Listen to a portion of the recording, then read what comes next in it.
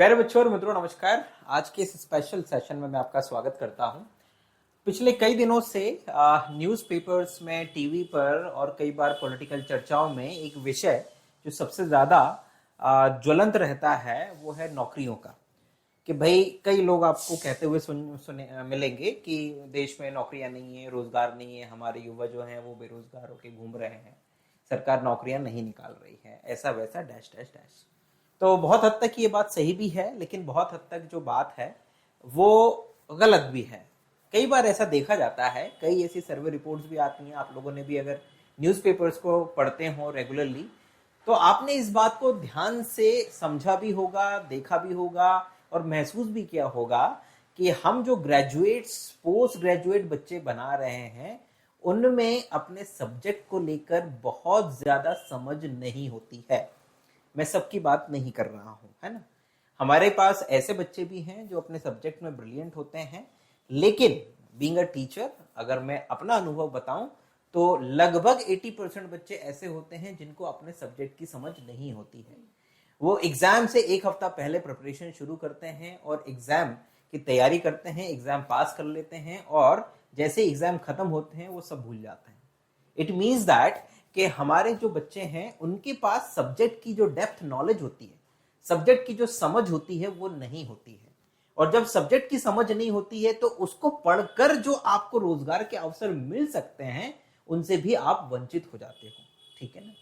जब देश में नई शिक्षा नीति लागू हुई, लगभग हम लोगों ने 2020 में ये ड्राफ्ट आया था और क्योंकि मैं मध्य प्रदेश का हूं तो मध्य प्रदेश के विश्वविद्यालयों में 2021-22 जो सत्र था वहां से राष्ट्रीय शिक्षा नीति लागू हो गई थी।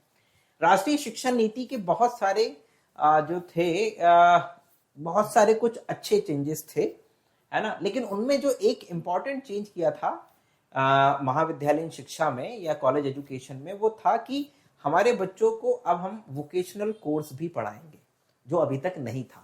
वोकेशनल कोर्स का मतलब यह है कि हम उसको कोई ऐसी स्किल सिखाएंगे जो कि उस पाठ्यक्रम के साथ में उसको मिलेगी और हो सकता है आगे चल के वो उसमें रोजगार प्राप्त कर ले। लेकिन कुछ जिसे कहें कि प्रशासनिक समस्याएं कह लीजिए या फिर मैन पावर की कमी कह लीजिए या रोजगार या फिर ये कहें कि रिसोर्सेज की कमी कह लीजिए कि उन स्किल्स को सिखाने वाले जो लोग हैं वो हमारे पास ना के बराबर हैं या फिर हम उसको अभी सिस्टम में लेके नहीं आ पा रहे हैं। That's the issue. लेकिन मैं अभी फिलहाल उसके ऊपर नहीं जाऊंगा कि हमारे महाविद्यालय या फिर एमपी के महाविद्यालय कितना उस चीज को पूरा कर पा रहे हैं। स्वरोजगार के लिए जो रोजगारोन्मुखी पाठ्यक्रम हमने शुरू करे थे हम उनको कितना इंप्लीमेंट कर पा रहे हैं। मैं आता हूं बच्चों वाले पाले पे, बच्चों वाले पाले पर आता हूं और जितने भी विद्यार्थी मुझे सुन रहे हैं उनसे ये रिक्वेस्ट करता हूं कि आप पहली चीज जो करना है आपको बच्चों, पहला जो काम आपको करना है कि जो भी कोर्स आप कर रहे हैं अपने उस कोर्स को बहुत अच्छी तरह से पढ़िएगा। यानी कि जो आपके विषय हैं, जो भी विषय आप पढ़ रहे हैं, चाहे मैथमेटिक्स पढ़ रहे हो, फिजिक्स पढ़ रहे हो, केमिस्ट्री पढ़ रहे हो, बीकॉम के अकाउंट्स पढ़ रहे हो, मैनेजमेंट पढ़ रहे हो, पॉलिटिकल साइंस पढ़ रहे हो, सोशियोलॉजी पढ़ रहे हो या फिर कोई भी सब्जेक्ट पढ़ रहे हो, उस सब्जेक्ट की डेप्थ नॉलेज लीजिएगा। पहली चीज ये वाली चीज नहीं होना चाहिए कि भाई आप एग्जाम से पहले तैयारी करेंगे और फिर उसके बाद में सब भूल जाएंगे। आपसे अगर कोई आपके सब्जेक्ट की कोई थ्योरी पूछ ले, कोई थ्योरम पूछ ले तो आपसे कुछ भी ना बने। नहीं, अगर आपकी ये स्थिति है तो यकीन मानिए आप ग्रेजुएट नहीं हुए हैं, आप अभी भी कक्षा 12वीं के स्तर पर ही हैं। ग्रेजुएट होने का मतलब होता है कि आपने उन 3 सालों में, 4 सालों में जो भी विषय पढ़े हैं, सब्जेक्ट पढ़े हैं, आपके पास उसकी अच्छी नॉलेज होनी चाहिए। पहली चीज ये जरूर करिएगा। अगर आपको उन बेरोजगारों की भीड़ में शामिल नहीं होना है जो चिल्लाते तो हैं कि उन्हें रोजगार चाहिए, लेकिन अगर उनसे उनके सब्जेक्ट का कोई भी जो उन 3 सालों में उन्होंने पढ़ाई करी है, अगर उसका कुछ भी टॉपिक पूछ लिया जाए तो उनसे कुछ नहीं बनेगा। आपको वैसा विद्यार्थी नहीं बनना है, ठीक है ना, राइट। अगर ऐसा कोई विद्यार्थी मुझे सुन रहा हो तो please change your ideology, change your what thinking, बहुत जरूरी है ये।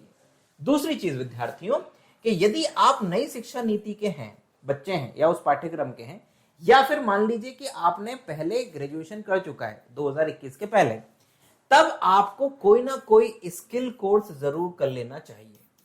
आई रिपीट, स्किल कोर्स जरूर कर लेना चाहिए। This is very very important to our student. आप कुछ भी कर लीजिए, आप पीजीडीसीए कर लीजिए, ठीक है ना, आप कंप्यूटर से रिलेटेड कोई डिप्लोमा कर लीजिए जिसमें आप क्या कहते हैं थोड़ा सा टाइपिंग सीख लिए हो, इंग्लिश टाइपिंग, हिंदी टाइपिंग, जिसकी बहुत जरूरत होती है ऑफिस में। तीसरा क्या कहते हैं कोई स्किल दूसरी सीख लीजिए। फॉर एग्जाम्पल वेल्डर हो गया, जो आईटीआई वगैरह में होता है ना, वेल्डर हो गया, पेंटर हो गया, या फिर क्या कहते हैं कारपेंटर हो गया, या फिर क्या कहते हैं आपका इलेक्ट्रिशियन हो गया, राइट। बहुत सारी स्किल्स होती हैं जो आप सीख सकते हो, है ना। ये कई जगहों पर पाठ्यक्रम में भी मिल जाएंगी आपको। स्वयं का एक प्लेटफॉर्म है, बहुत ही बढ़िया जिसे कहेंगे प्लेटफॉर्म है, जहां पर आपको कई सारे स्किल कोर्सेस मिल जाते हैं 6 महीने के, 3 महीने के, लाइक दैट। इसके अलावा क्या कहते हैं जो नेशनल स्किल डेवलपमेंट अथॉरिटी है, उसके भी कई सारी यूनिवर्सिटीज और कई सारे प्राइवेट सेक्टर के साथ टाई अप है, जहां पर जाके आप क्या कहते हैं वहां पर स्किल कोर्सेस कर सकते हो। तो अगर किसी ऑनलाइन प्लेटफॉर्म पे कोई आपको स्किल करने को मिलती है तो आप बिल्कुल करिएगा। इसके अलावा आजकल यूट्यूब पर एक्सेल, डेटा साइंस और इन सब से लेकर एआई का यूज करके कई सारे शॉर्ट टर्म कोर्सेज चल रहे हैं, जिनको करने के बाद में आपकी किसी विशेष में बहुत ज्यादा महारत हो जाती है। फॉर एग्जांपल एक्सेल के ऊपर बहुत अच्छी कमांड आ जाती है, या एआई का यूज करके पीपीटी वगैरह ये सारी चीजें आप अच्छे से बना पाते हैं। तो एक स्किल डेवलप हो जाती है, एक स्किल आपको आ जाती है। तो कोई ना कोई एक स्किल आपको अपने ग्रेजुएशन के साथ में कर लेना चाहिए। और मेरा तो मानना है कि कम से कम 2 स्किल आपको जरूर आनी चाहिए। मुझे तो एक स्किल आती है। जब मैं छोटा था तो मेरे पिताजी टेलर थे, तो उन्होंने मुझे सारा का सारा सिलाई का काम सिखा दिया बचपन में ही। तो ये मुझे अपने पैतृक स्किल मुझे मिल गई थी, है ना, कि मुझे शर्ट बनाना आता है, पैंट बनाना आता है, इसके अलावा सारे अपने कपड़ों का अल्टर करना आता है। तो it's a kind of skill. तो अगर आप एक बिजनेस फैमिली से हैं, चाहे कोई भी बिजनेस हो आपका, तो उस बिजनेस की स्किल्स को जरूर आप सीख लीजिएगा, है ना। कोई दिक्कत नहीं है, मेरे आपका लक्ष्य लाइफ में जो भी हो, लेकिन सीखने में कोई भी बुराई नहीं है। और कोई भी काम छोटा बड़ा नहीं होता है। आप स्किल जरूर सीखिएगा, फिर आप अपने उस सपने को पूरा करने के लिए जो भी आप लाइफ में बनना चाहते हैं वो भी प्रयास करते रहिए। लेकिन हफ्ते में 2 से 3 घंटे उस स्किल को देकर आप कुछ ना कुछ नया सीख सकते हैं, और स्किल कहीं ना कहीं काम आती है बच्चों, ठीक है ना। इसके अलावा विद्यार्थियों, जो एक चीज और मैं आपसे कहना चाह रहा था कि आपने स्किल सीख लिया, ठीक है, आपने अपने लिए जो भी लक्ष्य निर्धारित करा था उसकी प्रिपरेशन भी आपने करी। खुदा ना खास्ता, ईश्वर ना करे कि आप अपने उस लक्ष्य को प्राप्त नहीं कर पाए और आपको आज अपनी उसी स्किल का प्रयोग करके जिसे कहें कि अपना बिजनेस करना पड़ रहा है। तो अब यहां पर जो मेरा अनुभव है विद्यार्थियों, वो ये रहा है कि जब मैं किसी किराने के शॉप पे जाता हूं, ठीक है, या फिर किसी और शॉप पे जाता हूं, या फिर मैं कोई सर्विस लेने के लिए किसी ऐसे पर्सन से, फॉर एग्जांपल प्लम्बर हो गया, इलेक्ट्रिशियन हो गया, या फिटर हो गया, या फिर मेरे घर में एसी रिपेयर करने के लिए जो आता है, या फिर कोई और भी व्यक्ति, या वेल्डर हो गया, या फिर घर में चुनाई वगैरह का जो काम करते हैं मिस्त्री वगैरह, ये कोई भी स्किल्ड पर्सन जब मेरे यहाँ पर आता है, या ये जो काम जो कर रहा होता है व्यक्ति, वो मेरे घर में आता है, तो एक चीज जो मैंने देखी है, नोट करी है, महसूस करी है कि वो क्वालिटी वर्क नहीं करते हैं। आई रिपीट, क्वालिटी वर्क नहीं करते हैं। दैट्स अ बिग इशू कि हम जो भी काम कर रहे हैं उसमें क्वालिटी नहीं है। हम बस काम खत्म करने के लिए काम करते हैं। आई रिपीट, काम को खत्म करने के लिए काम करते हैं, उसमें कुछ इनोवेशन, कुछ क्वालिटी मेंटेन नहीं करते हैं कि भैया काम खत्म हो जाए, हमें हमारा पैसा मिल जाए और हम निकल जाए, तो आज का कोटा खत्म हो जाए। नो, हम उसमें कुछ भी इनोवेशन, कुछ नया या फिर खुद से, जिसे कहते हैं ना प्रेरणा, कि यार ये मेरा काम है, इसमें कुछ नया क्या किया जा सकता है, हम इसमें कुछ भी नया इनोवेशन नहीं करते हैं। और इसीलिए क्या कहते हैं, एक दिन हम मार्केट में सस्टेन नहीं कर पाते हैं और बाहर हो जाते हैं, और जिसे कहें बेरोजगारी, जिसे कहते हैं ना, वाली स्थिति हमारी बनने लगती है। जबकि हमारे काम में और नया नया हमें सीखते जाना चाहिए, करते जाना चाहिए। फॉर एग्जाम्पल, जैसे मैं किसी किराने की दुकान पे जाता हूं, उससे पूछता हूं कि भैया वो कैसा दिया, तो वो पहली बार अच्छे से बताएगा। फिर उससे पूछूंगा वो कैसा दिया, तो वो है ना थोड़ा सा गुस्सा हो जाएगा। फिर तीसरी बार पूछूंगा वो कैसा दिया, तो वो और गुस्सा हो जाएगा, ठीक है ना। और फिर मुझसे अरे नहीं यार अभी नहीं लेना है मेरे को, मैं बाद में देखूंगा, है ना। तो वो सड़ा सा मुंह बनाएगा और फिर मेरी तरफ ऐसे देखेगा जैसे मैंने उसकी क्या कहते हैं बहुत सारा उसका पैसा ले लिया हो, या फिर क्या कहते हैं उसके साथ कुछ गलत काम कर दिया हो।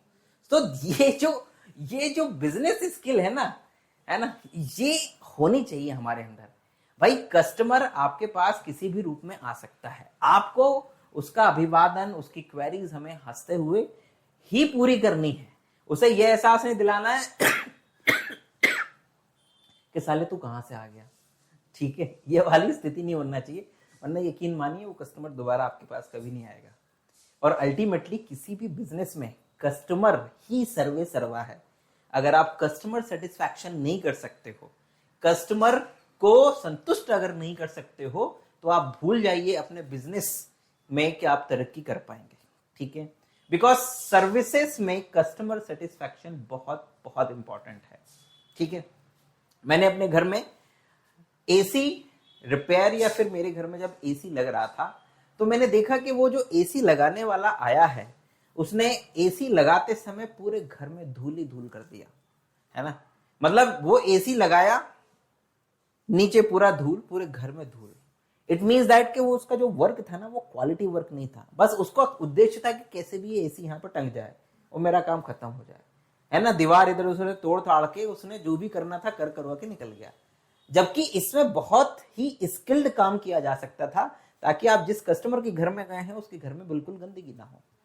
मैंने देखा, मैं वीडियो लेक्चर देख रहा था यूट्यूब पे, या फिर एक बार और कहीं पे मैंने देखा था कि एक बंदा इसी तरह से काम करने आया, तो उसने दीवार में छेद करते समय बिल्कुल क्या कहते हैं वहां पे अपने एक साथी से कहा कि यहाँ पेपर लगा लो, तो उसने बिल्कुल भी जो धूड़ थी ना वो नीचे नहीं गिरने दी, राइट। यानी कि पूरा का पूरा उसने इस बात का ध्यान रखा कि भाई मेरे कस्टमर का घर गंदा ना हो। इसके बाद भी जो भी छोटा मोटा नीचे गिरा था, उसने बिल्कुल बोल लिया कि सर अब आप मेरे को वो दे दीजिए झाड़ू। उसने झाड़ू लगाई और उसके बाद में डस्टबिन में डाल के भी गया। सो ये होती है कस्टमर सेटिस्फैक्शन वाली बात, कि हम जहां पे सर्विसेज दे रहे हैं, हमें सर्विसेज ऐसी देनी है कि कस्टमर वहां पर संतुष्ट हो, खुश हो, हमें गंदगी फैला के नहीं आना है, ठीक।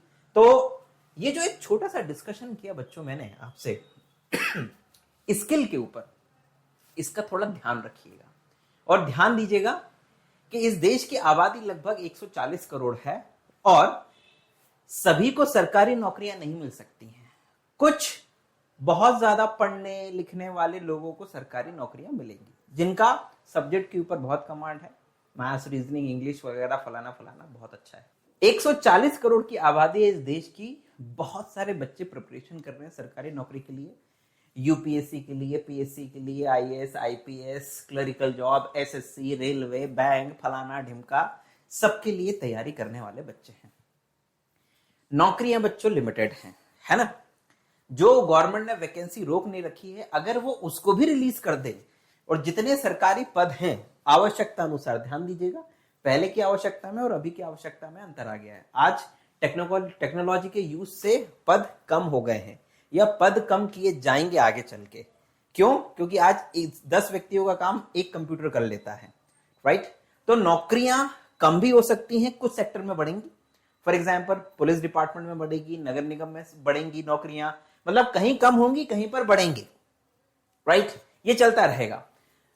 इंपॉर्टेंट ये है कि अगर सबको नौकरियां नहीं मिल रही हैं, तो फिर बचे हुए लोग क्या करेंगे। तो इसका मतलब यह है कि बचे हुए लोगों को कहीं ना कहीं पर बिजनेस में जाना पड़ेगा, दूसरे सर्विसेज में जाना पड़ेगा, दूसरी नौकरियां करनी पड़ेंगी, प्राइवेट नौकरियां। तो अब जब आपको पता है कि सभी के लिए नौकरियां नहीं मिल सकती हैं, तो फिर हमें ऐसा कुछ कर लेना चाहिए कि हम अगर अपना खुद का रोजगार करें या अपना पैतृक रोजगार करें, तो हम उसमें कामयाबी प्राप्त कर सकें, हम उसमें तरक्की कर सके, आर्थिक तरक्की भी, सामाजिक तरक्की भी, ठीक है ना, और मनोवैज्ञानिक तरक्की भी, तीनों तरह की तरक्कियां कर सके, हमारा कस्टमर संतुष्ट हो, तो ध्यान रखिए कि जो भी आपके घर में बिजनेस चल रहा है उसकी स्किल जरूर सीखें।